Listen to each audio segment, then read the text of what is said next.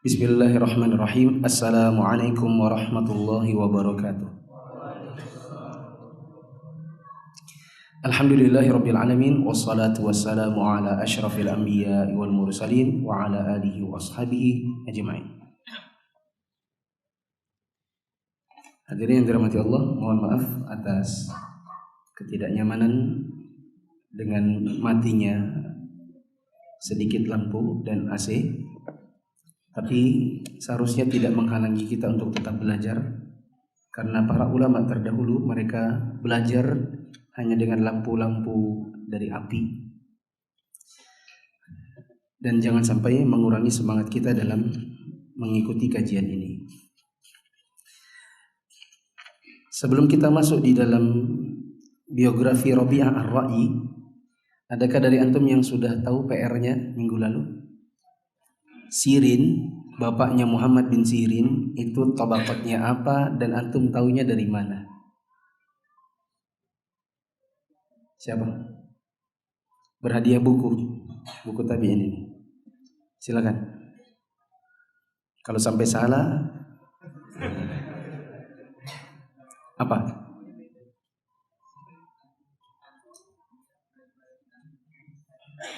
Saya nanya dia sahabat atau tabi'in, itu dulu. Dia tabi'in. Antum taunya dari mana?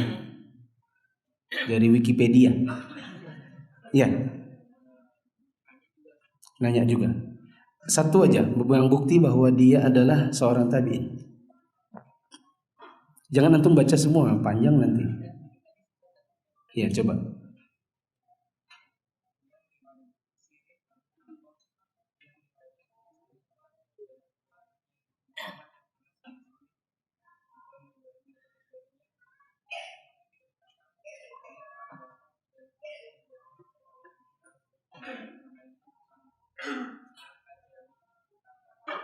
Terlalu panjang. Antum tidak meringkas dengan satu jawaban. Ada yang bisa? Ya. Harusnya di dalam buku ini antum dapat jawabannya. Cuman dia tersirat. Dia tabi'in. Soalnya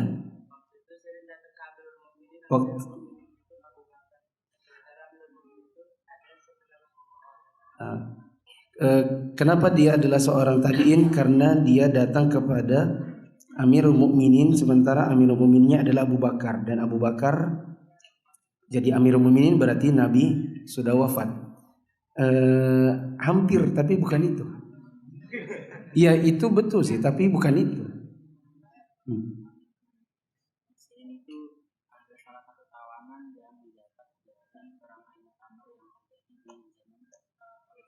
Itu dia jawabannya. Sirin ini adalah seorang tabi'in. Dari mana? Karena dia itu adalah tawanan perang, dan berarti waktu itu dia masih kafir, dan perangnya adalah perang Ainut Tamr. Yang perang Ainut Tamr ini terjadi di masalah Khalifah Abu Bakar. Jadi bukan semata-mata karena dia ketemu dengan Abu Bakar, tapi dia kafir waktu Abu Bakar jadi khalifah. Setelah dia jadi tawan perang, baru kemudian dia masuk Islam. Berarti dia tidak ketemu dengan Nabi. Selain tidak ketemu dengan Nabi, kalaupun ketemu waktu itu dia masih kafir. Dia baru masuk Islamnya di tahun ke-12 Hijriah, yaitu lewat perang Ainut Tamr. Itu yang saya mau. Ini buat antum. Antum punya buku? Kalau saya jadi antum, saya kasih dia. Semoga antum dapat pahala, dapat rezeki 100 kali lipat dari harga buku itu. 1000 kali lipat.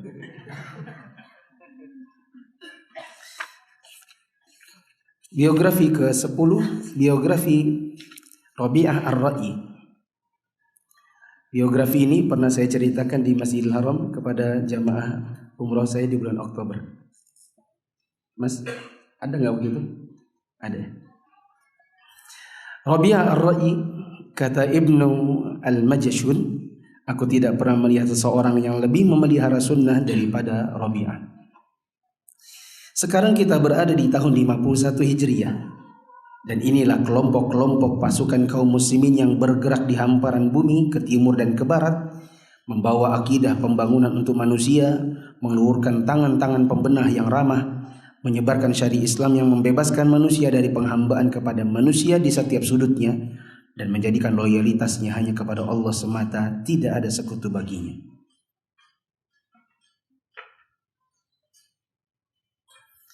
Dan disinilah seorang sahabat yang besar, Ar-Rabi' bin Ziyad Al-Harithi. Ini Ar-Rabi' bukan Rabi'ah. Kita tidak sedang membaca Rabi'ahnya. Inilah seorang sahabat besar, Ar-Rabi' bin Ziyad Al-Harithi. Dan dia adalah gubernur Khurasan, pemuka Sijistan, komandan yang gagah berani, sedang bergerak dengan pasukannya yang berperang di jalan Allah, dan bersamanya ada budaknya pemberani yaitu Farrukh. Setelah Allah memuliakannya dengan ditaklukkannya Sijistan dan belahan bumi lainnya, dia berambisi untuk menutup kehidupannya dengan menyeberangi sungai Sayhun, yaitu sungai besar yang terletak di perbatasan Samarkand dan Turkistan, dalam rangka mengangkat bendera tauhid di atas puncak daerah tersebut yang disebut dengan negeri di balik sungai atau Transoxiana. Pelajaran bagi kita, tutup hidup antum dengan sebuah amalan besar. Kita harus berusaha di masa-masa kita ini sudah mulai menua, agar bukan cuma sekedar rutinitas sholat, puasa dan lain-lain, tapi berusahalah untuk memiliki sebuah amal yang amal itu amal besar, yang menjadi penutup, yang menjadi klimaks dari hidup kita ini dengan sebuah amalan yang luar biasa.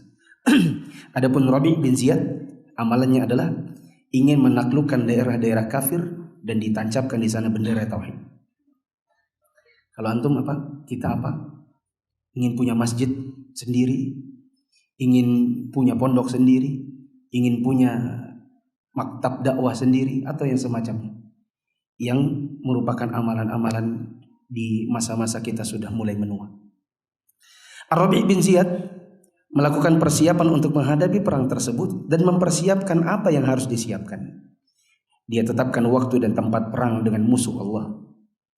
Ketika perang berkecamuk, Ar-Rabi' dan pasukannya yang gagah berani memperlihatkan kepahlawanan yang senantiasa dikenang sejarah dengan lisan yang penuh dengan pujian dan kekaguman.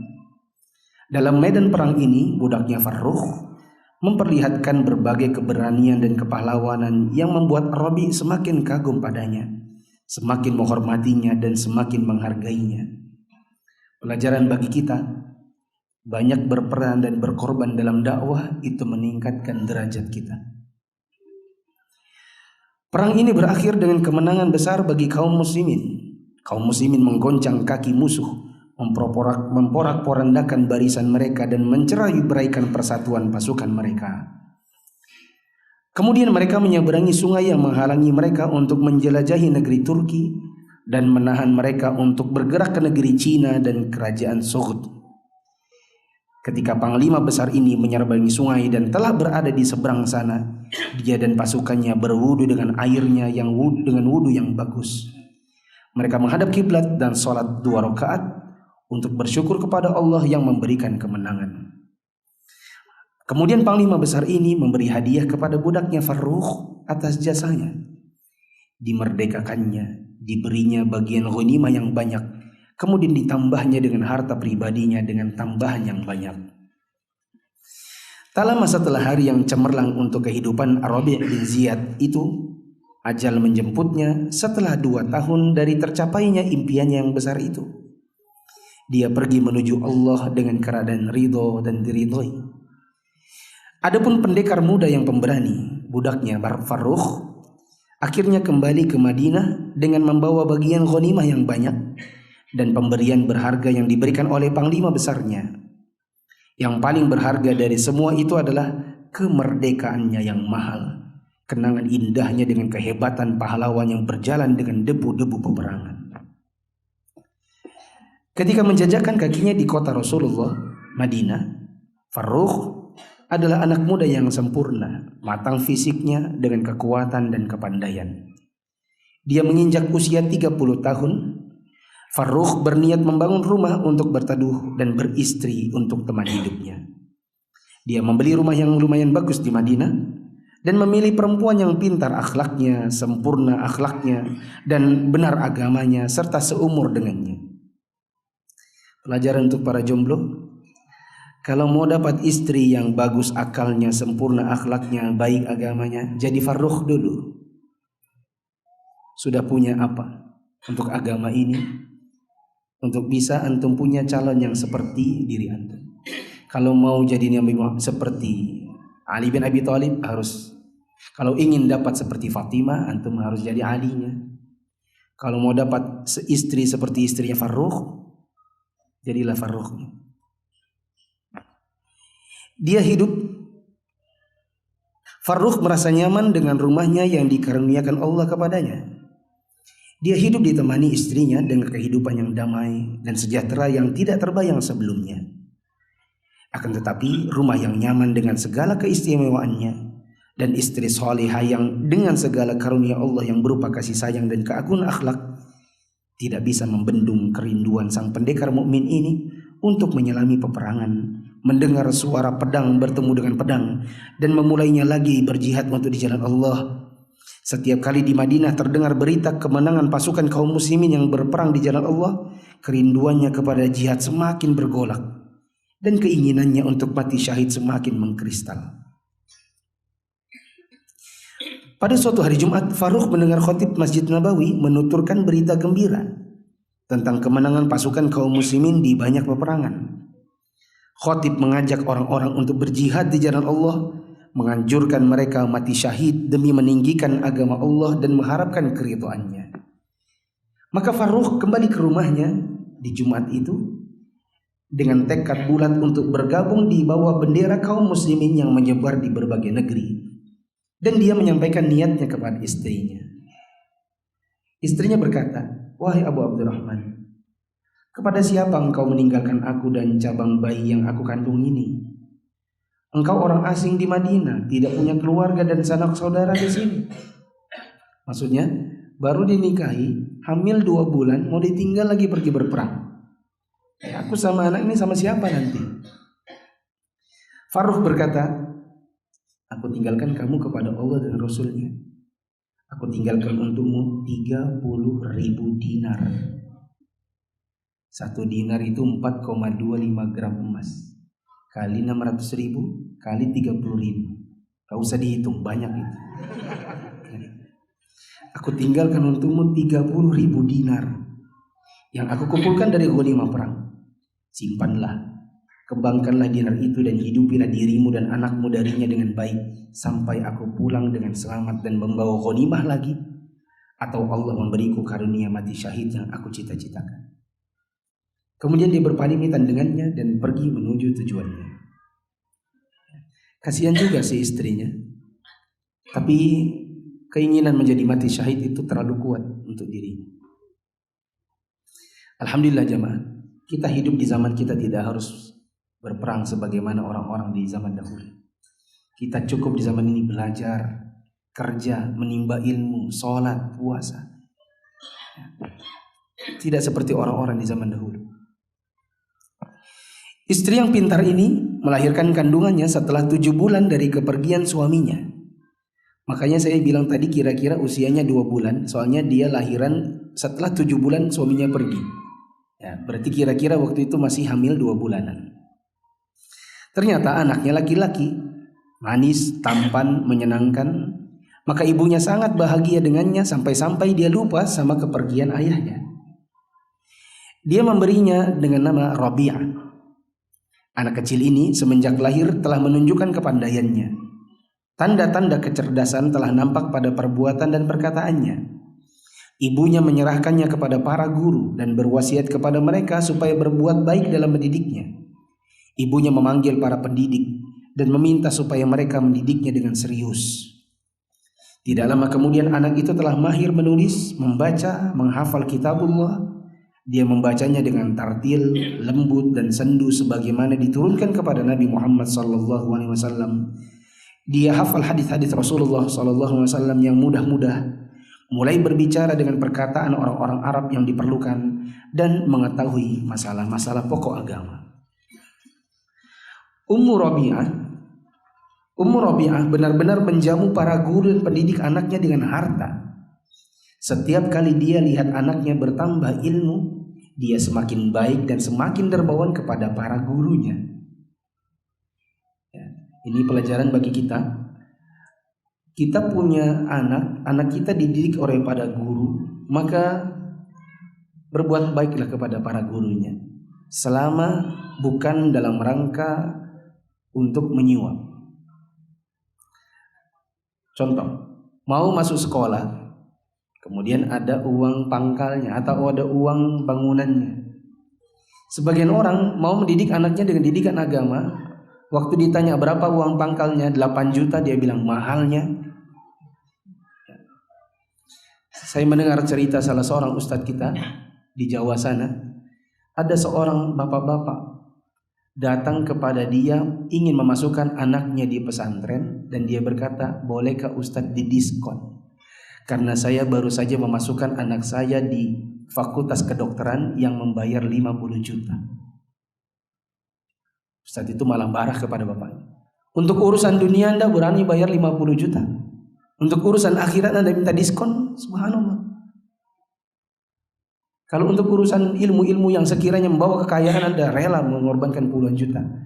Untuk masukkan pesantren 10 juta, 12 juta, minta diskon.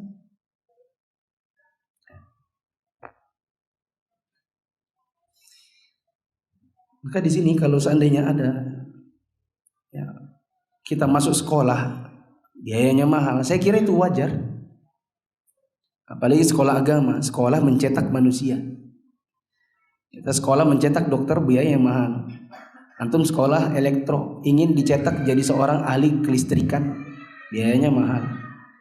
Nah, antum, ini anak antum mau dicetak jadi pencetak orang, yakni menjadi ustadz. Yang ustadz ini nanti akan mencetak lagi manusia yang lain. Ya. Maka jangan pelit-pelit dalam masalah ilmu agama. Apalagi beli buku agama, berapa? 50.000, mahalnya mahal. Beli kuota. Nah. Dan dia sangat menanti-nanti kepulangan ayahnya yang pergi. Dia bersungguh-sungguh menjadikannya sebagai cendera mata baginya dan bagi ayahnya. Akan tetapi Farruh amat lama perginya. Berita tentangnya juga macam-macam. Ada yang bilang dia tertawan oleh musuh, yang lain bilang dia bergerak melanjutkan jihad. Ada lagi yang bilang dia telah kembali ke medan perang dan di sana mati syahid yang dicita-citakannya. Pendapat ketiga inilah yang diyakini oleh Rabi'ah. Karena beritanya terputus, maka dia bersedih dengan kesedihan yang menghancurkan hatinya. Dia memohon kepada Allah akan pahala. Waktu itu Rabi'ah telah mendekati baligh dan memasuki remaja. Maka para penasihat berkata kepada ibunya, lihatlah, Rabi'ah telah sempurna dalam membaca, menulis seperti anak-anak muda lainnya. Bahkan dia mengungguli kawan-kawannya. Dia telah hafal Al-Quran dan meriwayatkan hadis.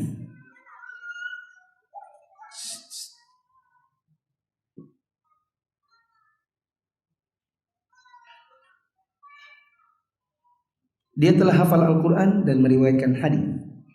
Seandainya kamu memilih suatu keahlian untuknya, tentu dia akan cepat menguasainya, sehingga dapat mencari nafkah untuk dirinya dan untukmu dari keahliannya itu. Ibunya menjawab, aku mohon kepada Allah supaya dia memilihkan untuknya sesuatu yang dapat memperbaiki dunia dan akhiratnya. Sesungguhnya Rabi'ah telah memilih ilmu untuk dirinya dan bertekad untuk hidup sebagai murid dan guru sepanjang hidupnya. Ya, maksudnya gurunya itu dia kan sudah pintar. Kalau dia diajari misalnya kemampuan berdagang, kemampuan membuat kain, kemampuan untuk membuat pedang. Tapi Rabi'ah lebih pilih untuk jadi guru. Dia memilih ilmu untuk dirinya dan bertekad untuk jadi murid dan guru sepanjang hayatnya. Rabi'ah menempuh jalan yang dia pilih untuk dirinya tanpa mengenal lelah. Dia mendatangi majelis-majelis ilmu yang digelar di masjid Madinah, bagaikan orang yang haus menemukan mata air tawar. Dia mengikuti sahabat-sahabat besar yang masih hidup, terutama Anas bin Malik, pelayan Rasulullah, dan belajar kepada generasi awal tabi'in seperti Sa'id bin Al-Musayyab, Makhul Asy-Syami, dan Salamah bin Dinar. Dia kerahkan tenaganya siang dan malam hingga dia kelelahan. Jika ada orang yang berkomentar tentangnya dalam masalah itu dan menyuruhnya supaya bersikap kasih sayang kepada dirinya, maksudnya Robi atau Robi'ah, tidak usahlah terlalu keras dalam menuntut ilmu. Kalau ada yang bilang begitu, maka dia berkata, kami telah mendengar guru-guru kami berkata, sesungguhnya ilmu tidak akan memberimu sebagiannya kecuali jika kamu memberi seluruh dirimu. Ini pelajaran bagi kita semua. Ilmu tidak akan datang kepada kita sebagiannya kecuali kalau kita berikan diri kita seluruhnya. Antum bayangkan kita memberikan diri kita seluruhnya, kita cuma dapat sebagian ilmu saja. Bagaimana kalau seandainya kita cuma setengah-setengah dalam menuntut ilmu? Ikut kelas tahsin, ikut kelas bahasa Arab, diberi PR nggak dikerjakan. Ada suruh hafal cuman hafal sedikit, awalnya agak susah, kemudian alasan kesibukan nggak turun demi menghindari setoran hafalan. Kalau antum setengah-setengah, maka ilmu nggak akan nyampe semuanya. Sebagaimana kalau antum memberikan seluruh diri antum, maka dia nyampe setengahnya. Luar biasa. Memang tidak akan ada yang menguasai seluruh ilmu, hatta para ulama di zaman sekarang, di mana ilmu yang sampai kepada kita atau yang sampai kepada mereka bukanlah ilmu yang seluruhnya dikuasai, karena tidak ada yang menguasai seluruh ilmu kecuali Allah Ta'ala. Tidak lama kemudian namanya mulai terkenal, bintangnya bersinar, banyak kawannya, murid-muridnya mengikutinya dan kaumnya menjadikannya tokoh. Kehidupan alim Madinah ini berjalan dengan tenang dan damai. Sebagian harinya berada di rumah untuk keluarganya dan saudara-saudaranya. Pada hari lain dia berada di Masjid Rasul untuk mengisi pengajian dan kajian ilmu. Kehidupannya berjalan sedemikian rupa hingga terjadi sesuatu yang tidak pernah diduga-duga. Habis di poin 10. Cerita Rabi' bin Ra'i belum selesai sampai di situ. Baca di bab 11. Pada suatu malam dari malam-malam bulan purnama, datanglah di Madinah seorang pejuang yang sudah berusia sekitar 60 tahun.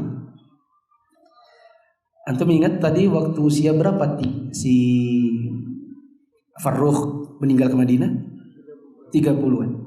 Berat. Dan sekarang usianya kira-kira 60 tahun. Berarti berapa tahun dia pergi?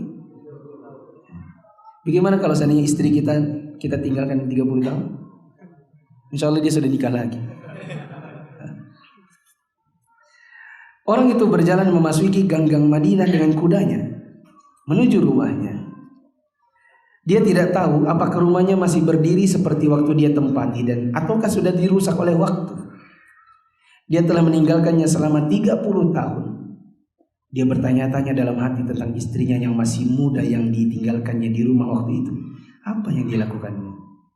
Bagaimana jabang bayi yang dikandungnya? Apakah sudah lahir? Laki-laki atau perempuan? Hidupkah, matikah? Jika hidup, bagaimana keadaannya? Tentang uangnya yang banyak yang dia kumpulkan dari ghanimah jihad waktu itu. Berapa tadi? 30.000 dinar yang sudah ditinggalkan untuknya ketika dia berangkat berjihad bersama tentara kaum muslimin untuk menaklukkan Bukhara, Samarkand dan sekitarnya. Waktu itu gang-gang Madinah dan jalan-jalannya masih ramai oleh orang-orang yang pulang pergi karena baru saja selesai sholat isya. Akan tetapi tidak seorang pun dari orang-orang yang dia lewati yang mengenalnya. Maklum 30 tahun. Mereka tidak mempedulikannya, tidak melihat kudanya yang kurus, tidak melihat pedangnya yang menggantung di pundaknya. Karena penduduk-penduduk kota-kota Islam telah terbiasa melihat pemandangan para mujahidin yang sedang berangkat menuju peperangan di jalan Allah atau kembali darinya. Itu sudah biasa. Akan tetapi hal itu membuat pahlawan ini sedih dan bertambah was-was. Setelah pendekar ini hanyut dalam alur pikirannya, dia berjalan mencari rumahnya yang di gang itu sudah banyak berubah. Tiba-tiba dia telah berada di depan rumahnya dan didapati pintunya terbuka. Saking gembiranya, tanpa minta izin dia masuk ke rumah tersebut. Dia masuk dan langsung berada di dalam rumahnya. Pemilik rumahnya mendengar suara pintu, lalu dia melongok dari atas. Ternyata dengan sinar bulan terlihat ada laki-laki menyandang pedang dan menenteng tombak sedang memasuki rumahnya pada malam hari. Waktu itu istrinya yang masih muda berdiri tidak jauh dari pandangan orang asing itu. Maksudnya istrinya Robi'ah. Maka pemilik rumah itu langsung marah dan segera turun tanpa alas kaki dan berkata, apakah Anda sembunyi di kegelapan wahai musuh Allah? Masuk rumahku dan menyerang istriku. Dia mendorongnya bagaikan harimau dan mempertahankan seperti harimau yang mempertahankan sarangnya jika ada yang ingin merusaknya. Dan dia tidak memberikan kesempatan untuk bicara. Masing-masing dari kedua orang itu saling bertengkar. Keributannya semakin seru, suaranya semakin keras, sampai tetangganya berdatangan dari segala penjuru. Mereka mengepung orang asing ini untuk membantu tetangganya menghadapi orang itu. Lalu pemilik rumah, Rabi'ah, memegang leher orang asing itu kuat-kuat dan berkata, demi Allah, aku tidak akan lepaskan Anda wahai musuh Allah kecuali dengan keputusan gubernur. Orang itu berkata, aku bukan musuh Allah. Aku tidak melakukan dosa, ini rumahku. Dan aku dapati pintunya terbuka, makanya aku memasukinya. Kemudian orang itu menghadap kepada orang-orang dan berkata, wahai kaum, tetangga-tetangga, dengarkan aku. Rumah ini rumahku, aku beli dengan hartaku. Aku Farruh. Apa tidak ada tetangga yang kenal Farruh, yang sudah pergi 30 tahun lalu untuk berjihad di jalan Allah? Waktu itu ibunya si pemilik rumah, dan istri siapa? Istrinya Farruh sedang tidur. Lalu dia terbangun karena mendengar keributan.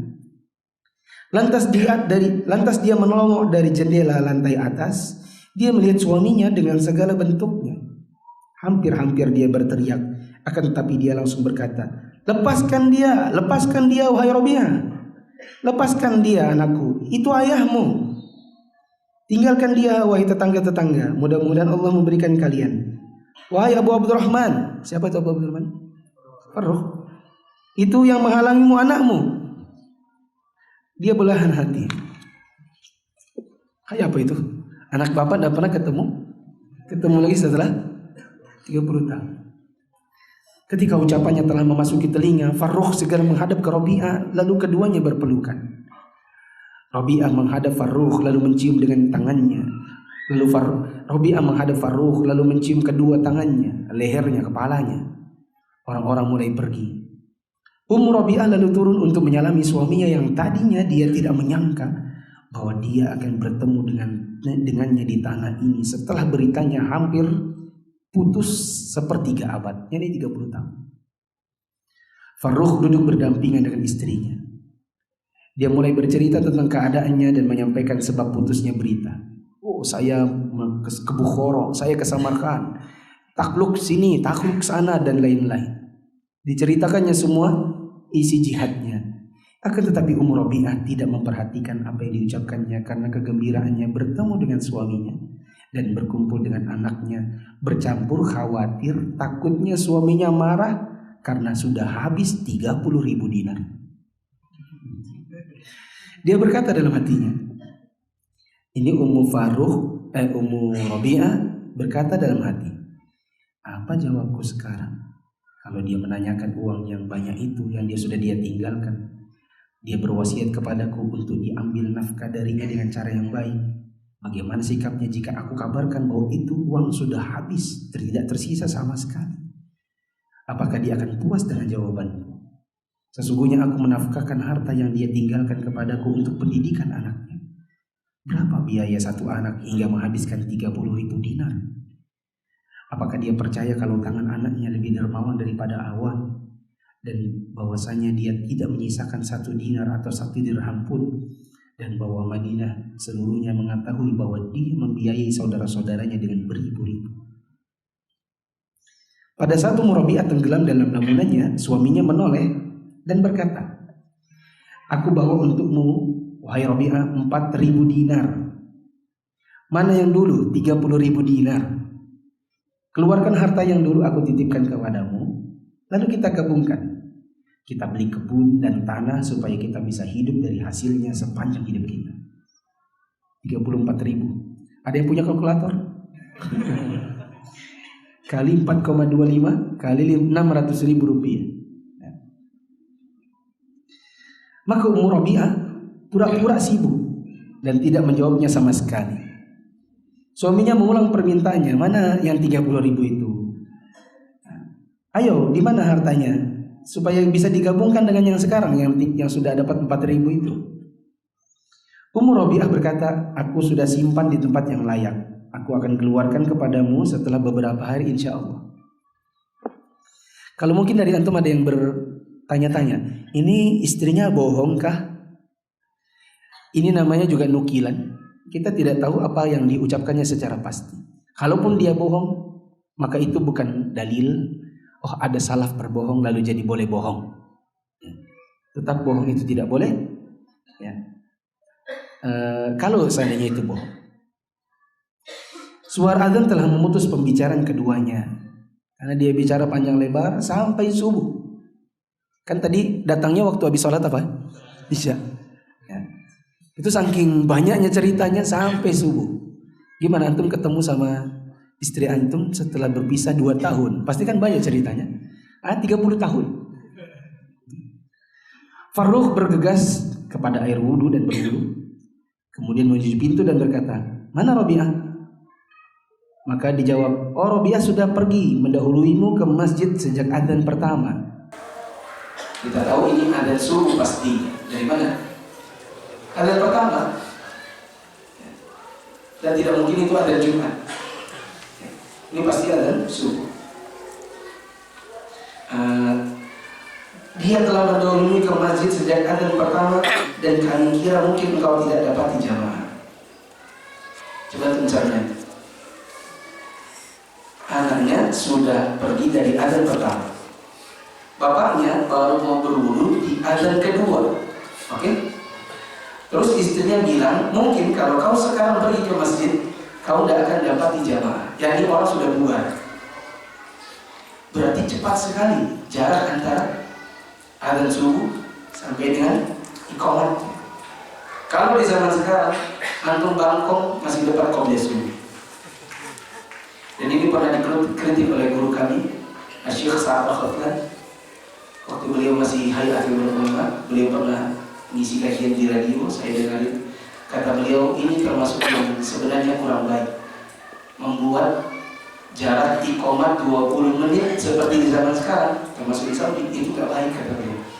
Berapa banyak orang berkata nanti aja, tunggu adzan. Baru bangun, baru mau pergi berwudu, karena beranggapan 20 menit masih bisa kalau dia subuh dan masih dapat di waktu subuh. Adapun di zaman dahulu, kata beliau, nenek-nenek kita di zaman dahulu itu iqamat paling baik 5 menit dari adzan subuh. Adzan subuh mungkin 3 menit. Farrukh sampai di masjid, dia dapati ternyata imam baru saja selesai sholat. Betul kan kata istri? Dia pun melakukan sholat wajib, lalu menuju kuburannya Nabi, mengucapkan salam kepada Nabi, kemudian ke Raudhah yang suci, karena hatinya sudah sangat rindu untuk sholat di sana. Dia pilih tempat yang sejuk untuk sholat sunnah dan kekhusyuannya, kemudian berdoa. Ketika ingin meninggalkan masjid, dia menemukan di dalamnya sedang dilaksanakan pengajian yang dulu tidak pernah ditemukannya. Dia melihat orang-orang telah berkerumun memadati tempat di sekitar syekh berlapis-lapis, sehingga tidak ada tempat yang tersisa. Dia mengarahkan pandangannya kepada orang-orang. Ternyata di sana ada bapak-bapak yang menampakkan kebesaran dan menunjukkan bahwa mereka adalah orang-orang berwibawa. Ada juga anak-anak muda saling berdesak-desakan. Mereka memegang pena dan menulis apa yang diucapkan syekh dengan penuh ketelitian. Mereka menyimpannya dalam buku-buku mereka sebagaimana mereka menyimpan benda berharga. Ini belajar. Alhamdulillah, kegiatan seperti ini masih terlestarikan sampai zaman sekarang. Di mana orang-orang muda ikut pengajian, orang-orang tua mendengarkan. Dan ini sudah ada dari zaman tabi'in dulu. Masjid Nabawi dipenuhi dengan kajian, orang duduk banyak, ada yang memegang pena, memegang kitab. Ya. Dan kalau antum datang ke Masjid Nabawi, semoga Allah berikan rezeki buat yang melupakan. Kalau antum mendapati kajian Syekh Abdul Razak, mungkin kira-kira pandangannya seperti ini. Syekh Abdul Razak dan Musa Al-Abbad. Antum kalau mau cari tempatnya, antum datang dari pintu 8. Untuk datang dari pintu 8 terus ke kiri. Kalau nanti ketemu entah sholat subuh atau setelah sholat maghrib, atau akan dapat kajian yang begitu besar jamaahnya, nanti kira-kira di Syekh Abdul Razak, karena itu tempatnya beliau. Orang-orang mengarahkan pandangannya ke arah tempat Syekh duduk dengan mendengarkan apa yang diucapkannya, seakan-akan di atas kepala mereka ada bertengger seekor burung. Maksudnya apa? Kalau ada burung, supaya dia nggak lari gimana? Diam. Ada pula orang-orang yang menyampaikan apa yang dikatakan Syekh paragraf demi paragraf. Maksudnya penyampaian. Lalu di waktu itu tidak ada mic, tidak ada toa, sehingga tidak ada seorang pun yang ketinggalan dari perkataannya meskipun tempatnya jauh. Farrukh berusaha untuk melihat wajah Syekhnya, namun dia tidak berhasil karena tempatnya jauh. Akan tetapi dia mendengarkan keterangannya yang bersinar, ilmunya yang mengalir deras, dan hafalannya yang mengagumkan, dan ketekunan orang-orang kepadanya yang membuatnya heran. Tidak lama kemudian Syekh menutup pengajiannya dan berhenti. Lalu orang-orang bergegas menuju kepadanya, berdesak-desakan, mengelilinginya dan bergerak di belakangnya untuk mengantarkannya keluar dari masjid. Ini pun pemandangan yang kurang lebih akan sama kalau antum melihat kajiannya Syekh Abdul Razak di Masjid Nabawi. Banyak orang mengitarinya, mengikutinya, membuntuti-nya, sampai Syekh itu kadang-kadang susah untuk mendapatkan jalan. Di sini Farrukh menoleh kepada seseorang yang tadi duduk di sampingnya. Dia berkata, "Katakan kepadaku, siapa Syekhnya ini?" Orang itu berkata dengan agak heran, "Kamu bukan penduduk Madinah?" Farrukh bilang, "Aku penduduk Madinah." Orang itu bilang, "Apa iya di Madinah ada orang tidak kenal Syekh?" Farrukh bilang, "Maaf, saya ini tidak tahu karena saya baru meninggalkan Madinah 30 tahun dan baru kembali tadi malam." Orang itu berkata, "Oh ya sudah, tidak apa-apa, coba duduk sini, nanti bercerita."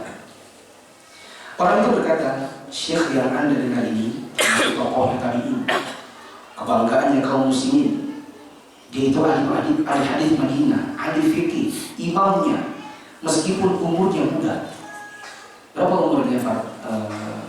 Berapa umurnya tadi? 30. Dan Anda pasti tahu siapa ini. Meskipun masih muda. Ya, kalau melihat gini saya jadi semangat juga. Pernah dulu ngisi di Masjid Namiro. Waktu ngisi di Masjid Namiro waktu itu kajiannya banyak. Kemudian ada seorang tokoh dari MUI pusat masuk tapi nggak dapat tempat. Ya, waktu itu saya yang ngisi. Kemudian dia tanya kepada orang-orang di sekitar, "Siapa ini? Siapa itu? Masih muda ya? Ini sampai mau sholat maghrib tidak ada tempatnya." Ya, saya jadi kerobiah ceritanya. Senang juga. Senangnya bukan senang bangga kayak apa, tapi ada tokoh-tokoh di zaman dahulu yang kurang lebih sama. Kita bisa mencontoh mereka, itu sesuatu yang sangat menyenangkan. Semoga Allah memberi pahala buat kita semua. Farrukh berkata, "Masya Allah, la hawla wa la quwwata illa billah." Orang itu berkata, pengajiannya dihadiri sebagaimana yang Anda lihat. Ada Malik bin Anas. Siapa ini? Siapa Malik bin Anas? Imam Malik. Jadi ini gurunya Imam Malik. Ada Abu Hanifah. Siapa itu? Imam Abu Hanifah, mazhab Hanafi. Ada Yahya bin Sa'id al-Ansari, ada Sufyan al-Thawri, ada Abdurrahman al-Auza'i, Laith bin Sa'ad. Masya Allah, ini berarti gurunya para guru. Tapi gurunya para imam-imam ini baru 30 tahun waktu itu. Adapun saya jauh sekali dari yang seperti ini. Karena begitu jauh usia dan begitu muda umurnya dengan kapasitasnya tadi. Ahli hadis Madinah, ahli fikihnya, imamnya.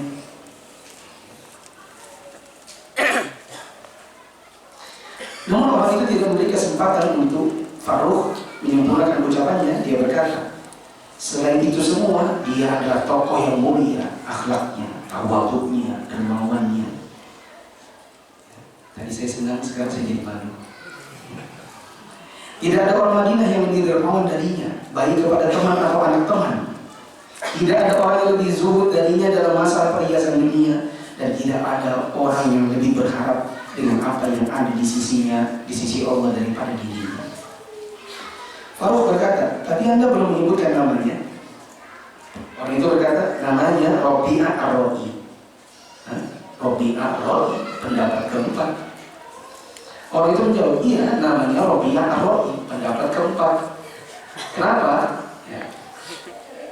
Ulama dan para masyayikh Madinah memanggilnya Rabi'ah Ar-Ra'i karena jika mereka tidak menemukan nas dalam Al-Quran maupun hadis Rasulullah dalam suatu kasus, mereka akan kembali kepada dirinya, dan dia akan berijtihad dalam masalah itu dan mengkiaskan dengan sesuatu yang tidak ada nas dengan sesuatu yang ada nasnya, lalu dia keluarkan hukum kepada mereka dalam perkara yang mereka kesulitan dengan bentuk hukum yang menenangkan jiwa dan memuaskan hati.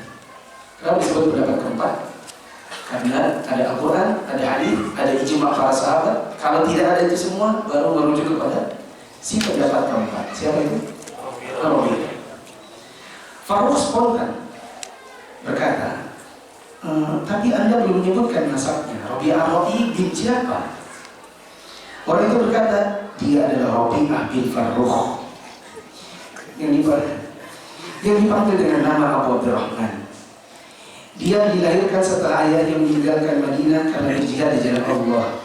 Ibunya mengurus pendidikannya dan perkembangannya, dan sesungguhnya ayahnya telah kembali dari malam. Dan saya heran adalah orang itu sudah dikasih tahu ke dia. Sudah dikasih tahu saya itu pergi maaf 30 tahun dan baru kembali dari malam. Harusnya dia langsung ngomong, oh kamu baru ya ini. Setelah cerita panjang lebar, kalau dia bilang Rabi'ah bin Farrukh yang panggil dengan nama Abu Abdurrahman telah meninggalkan Madinah 30 tahun karena berjihad, dan ayahnya telah kembali kemarin malam. Pada saat itu kedua mata Farrukh meneteskan kedua tetes air mata besar, sedangkan orang tersebut tidak mengetahui sebabnya. Tunggu dulu.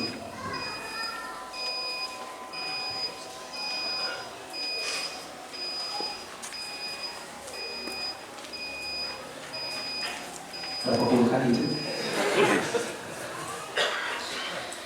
Pada saat itu kedua mata Farrukh meneteskan dua tetes air mata besar, sedangkan orang tersebut tidak mengetahui sebabnya. Lalu Farrukh cepat-cepat pulang ke rumahnya. Ketika Rabi'ah melihatnya dengan air mata, dia berkata, apa yang menimpamu wahai Rabi'ah? Farrukh menjawab, aku dapati kebaikan. Aku telah melihat anak kita telah berada di puncak ilmu, keutamaan dan kebesaran yang aku belum pernah melihatnya terjadi pada seseorang sama sekali. Maka Rabi'ah memanfaatkan kesempatan itu dan berkata, mana yang lebih kau sukai, 30.000 dinar atau ilmu dan kemuliaan anakmu? Farrukh menjawab, demi Allah, aku lebih suka yang ini. Bagiku itu lebih berharga daripada harta 30.000 dinar itu. Maka Rabi'ah berkata, sebenarnya aku telah membiayai harta yang kamu tinggalkan semuanya kepadaku untuknya, untuk membiayai pendidikannya. Apakah jiwamu merasakan senang dengan apa yang aku lakukan?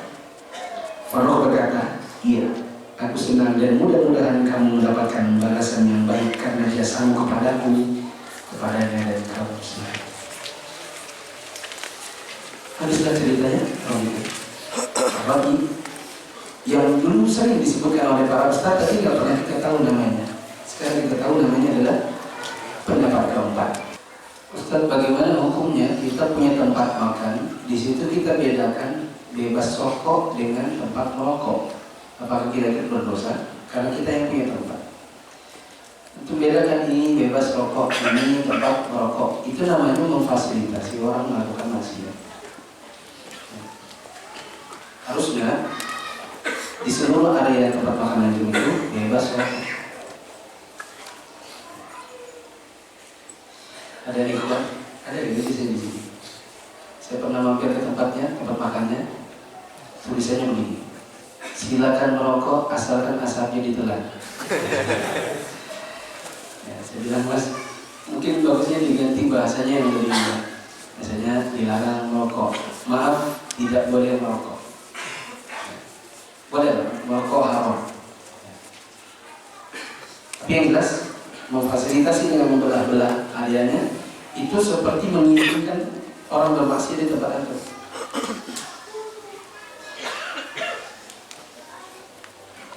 Ada titipan pertanyaan dari Brau.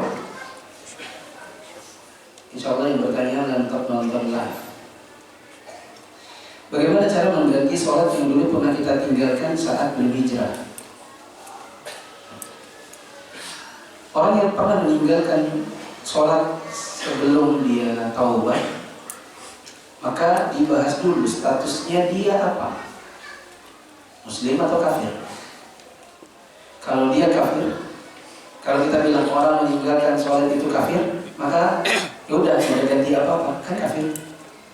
Sebagaimana para sahabat Nabi dulu waktu mereka masuk Islam, maka Nabi SAW tidak pernah menyuruh mereka menggantikan sholatnya karena statusnya kafir. Adapun kalau kita bilang statusnya masih Muslim tapi berdosa, maka dia punya utang jadinya. Nah, ini perlu dikaji. Dan sebatas yang saya ketahui, orang meninggalkan sholat secara total maka itu kafir. Manakala dia sudah bertobat, maka dia masuk Islam kembali dan sholat yang terdahulu tidak perlu diganti karena dulunya dia kafir. Tapi kalau ada ustadz yang mengatakan saya lebih milih pendapat ulama bahwa meninggalkan sholat selama dia masih meyakini kewajibannya maka dia muslim berdosa, berarti orang tersebut harus menggantikan sholatnya. Bagaimana cara mengganti sholatnya? Jawabannya dia tidak bisa mengganti sholatnya terdahulu, tetapi menutupinya dengan memperbanyak sholat sunnah. Sebagaimana Allah Subhanahu wa Ta'ala mengatakan kepada mereka, lihat sholatnya yang sunnah.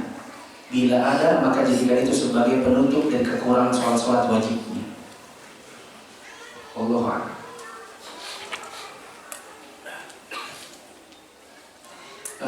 Saya tambahkan, saya lebih milih pendapat bila dia tidak sholat secara total maka dia kafir. Tapi kalau dia bolong-bolong, maka bolong-bolong mayoritas itu pun tetap kekufuran. Tetapi bolong-bolong minoritas, artinya lebih banyak yang dikerjakan daripada yang bolongnya, maka orangnya berdosa dan dia muslim, dan itu saja yang diganti. Seberapa banyak yang diganti? Kalkulasi kira-kira. Antum sudah sholat dari usia berapa? Oh, mulai SMA Ustaz.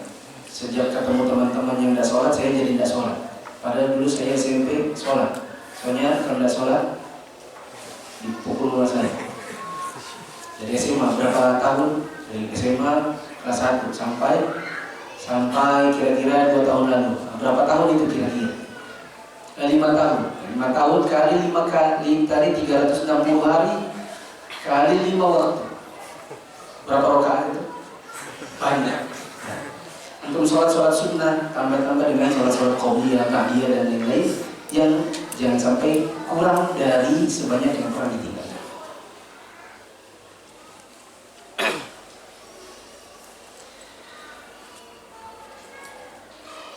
Permasalahan ibu-ibu pengajian minjam uang ke PNPM. Bunganya 2,5%, 1,5% untuk PNPM, 1% kembali ke pengurus pengajian. Bunga 1% ya untuk beli seragam dan hadrah. Apakah dibolehkan? Pertama, akadnya kata riba. Minjam uang dengan kelebihan itu riba. Ya. Beritahukan kepada ibu antum apa saja dosa-dosa bagi orang yang jatuh ke dalam riba. Ya. Seperti dosa yang setara seperti seseorang berzina dengan ibunya sendiri. Itu dosa paling ringannya. Kemudian Nabi SAW mengatakan tidaklah seseorang mengumpulkan harta dengan cara riba, melainkan Allah akan miskinkan dirinya. Nabi SAW sebutkan riba itu 1 dirhamnya, 1 dirham yang ini kira-kira 70.000 rupiah, didapatkan dengan cara riba itu lebih berat daripada dosa 3 bulan kali berzina. Bukakan dia buku tentang riba. Ibu saya berdaerah pengajian dan baru tahu itu riba. Bagaimana solusinya? Cuma 1%. Sekarang sudah berhenti berhutang ke PNPM, tapi hutangnya masih berjalan.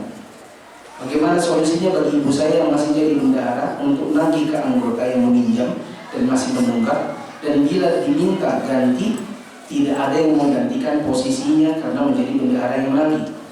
Jawabannya, letakkan jabatan sebagai bendahara yang saya tidak lagi mau menjabat. Selesai. Memang dipaksa.